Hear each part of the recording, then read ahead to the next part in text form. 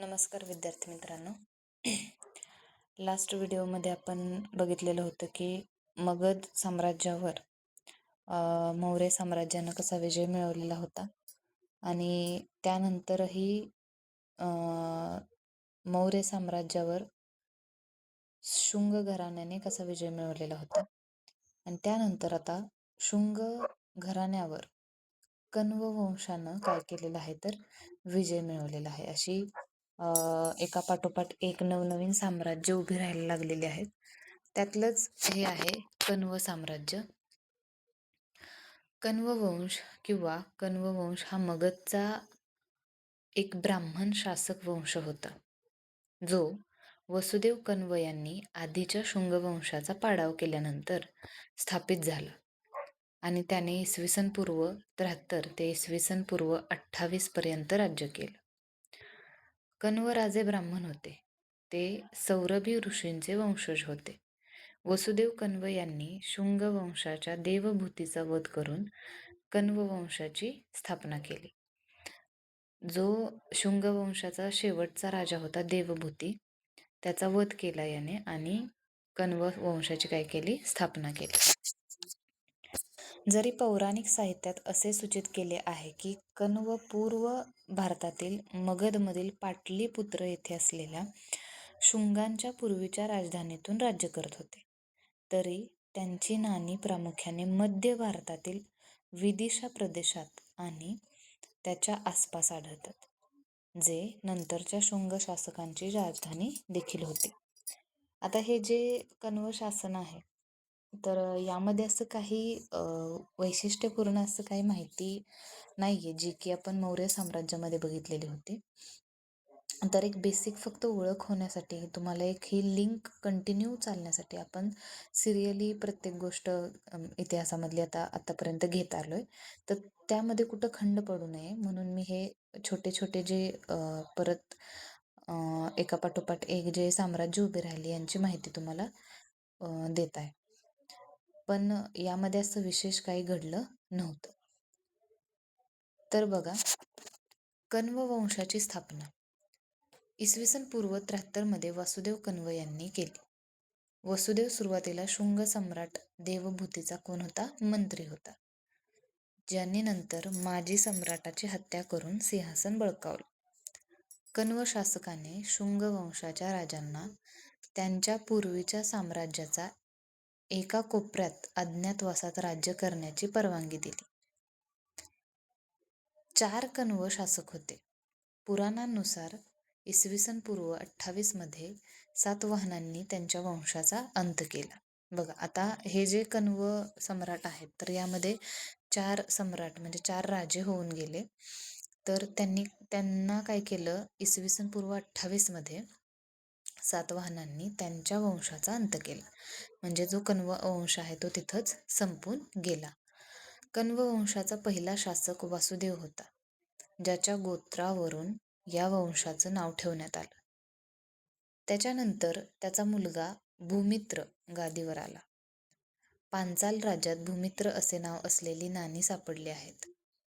विदिशा तसेच वत्स राज्यातील कौशांबी येथे कण्वस्य असे नाव असलेली तांब्याची नाणी देखील सापडली आहेत. भूमित्राने 14 वर्षे राज्य केले आणि नंतर त्याचा मुलगा नारायण गादीवर आला. नारायणाने 12 वर्ष राज्य केलं. त्याच्यानंतर त्याचा मुलगा सुशर्मन गादीवर आला, जो कण्व वंशाचा शेवटचा राजा होता. आता बघा, ह्याची जी राजवंशाची शासकांची यादी आहे ती खालीलप्रमाणे. पहिला जो होता वासुदेव कण्व, त्यानं काय केलं तर या कण्व साम्राज्याची स्थापना केली. त्याचं राज्य इसवी सन पूर्व 73 ते 64 पर्यंत होतं. कालावधी 9 वर्षांचा होता. त्यानंतर त्याचा मुलगा जो आहे भूमिमित्रा, त्याचं इसवी सन पूर्व 64 ते 50 पर्यंत कार्यकाल होता, 14 वर्षांचा. त्यानंतर नारायण जो आहे भूमिमित्राचा मुलगा, त्याचं राज्य इसवी सन पूर्व 50 ते 38 पर्यंत होतं, 12 वर्ष. आणि सुमर्शन, इथं प्रिंटिंग मिस्टेक आहे, सुमर्शन हा जो शेवटचा राजा होता गादीवर बसलेला, तो इसवी सन पूर्व 38 ते 28 पर्यंत राज्य त्यानं केलेलं होतं 10 वर्ष. त्यानंतर बघा उत्तराधिकारी. सातवाहनांकडून झालेल्या पराभवानंतर आणि कण्व वंशाच्या पतनानंतर मगध साम्राज्याचा अंत झाला.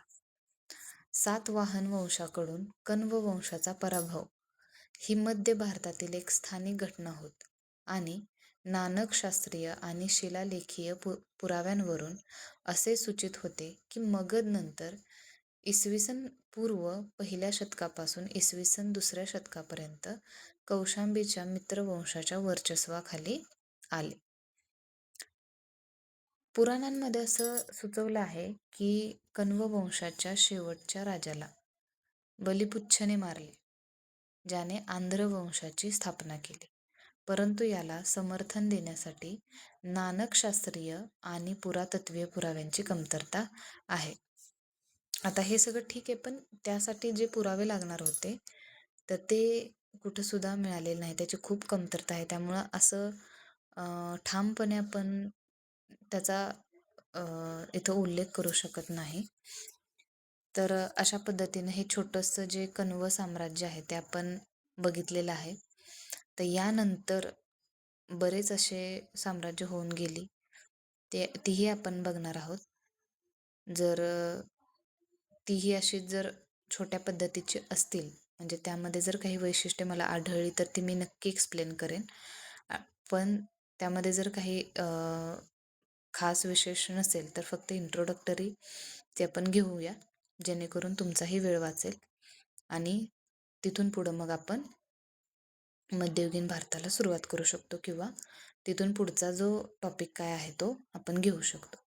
फक्त हा जो इतिहास शिकताना आपण सिरियली शिकत आलेलो आहोत, तो फक्त नोट डाऊन व्यवस्थित करून ठेवा, कारण ही साखळी तुम्हाला शेवटपर्यंत लक्षात ठेवायची.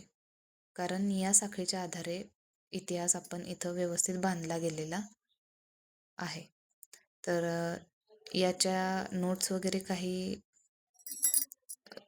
फारशा अशा मला मिळालेल्या नाहीत, पण फक्त ही जी वंशावळ आहे, त्यांच्या राजधान्या आहेत, ह्या फक्त लक्षात ठेवणं गरजेचं आहे. तर कौशांबी हे जे राज्य आहे, सॉरी ठिकाण आहे, तर यावर MPSC मध्ये क्वेश्चन पडलेला होता. म्हणजेच जे शासक होते त्यांचं शासन आणि म्हणजे त्यांचं साम्राज्य आणि त्यांच्या राजधान्या या खूप महत्त्वाचा टॉपिक आहे तो, की साम्राज्य आणि त्याच्या राजधान्या कोणकोणत्या होत्या, त्याचा सम्राट कोण होता. तर हे जे घटक आहेत ते यामध्ये अतिशय महत्त्वाचे आहेत. तर ते फक्त तुम्ही नोट डाऊन करून ठेवा. तर पुढच्या व्हिडिओमध्ये आपण इथून पुढं जे काय घडलं, सातवाहन आलं, मग तिथून काय झालं, काय भारतामध्ये बदल झाला, हे आपण त्या व्हिडिओमध्ये बघणार आहोत. तोपर्यंत धन्यवाद.